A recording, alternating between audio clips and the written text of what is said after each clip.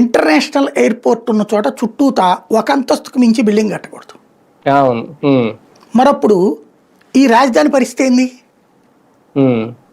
అప్పుడు పక్కన ఇంకా కట్టడానికి లేదుగా. కట్టకపోతే నీ దగ్గర కొని ఏం చేసుకోవాలి? 50 కోట్లకి 100 కోట్లకి వీళ్ళు ఎక్స్పెక్ట్ చేస్తుంది 50-100 కోట్లకని కదా. కాబట్టి ఇక్కడ ఏంటంటే నిజమైన డిబేట్ జరగని ఎట్లా.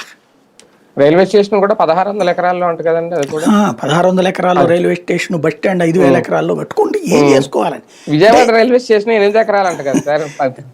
1600 ఎకరాల్లో ఏం కడతారు రైల్వే స్టేషన్? అసలు అర్థం కాదు. అంటే ఇదే లాజికల్ పాయింట్ ఏంటంటే అంతంత స్థలాలు వాళ్ళకి కట్టబెట్టేస్తే దాన్ని తాకట్టు పెట్టుకుని వాళ్ళు సంపాదించుకునేటట్టు. అంటే ఎవరు బాగుపడాలి దీనివల్ల? ఎవరు బాగుపడతారు రేపు పొద్దున్న? ప్రైవేటోడు. ఇప్పుడు ఎయిర్పోర్ట్ ప్రైవేటోడు ఇవాళ వాళ్ళ పేరేంటి, SRM విట్ ఉందండి.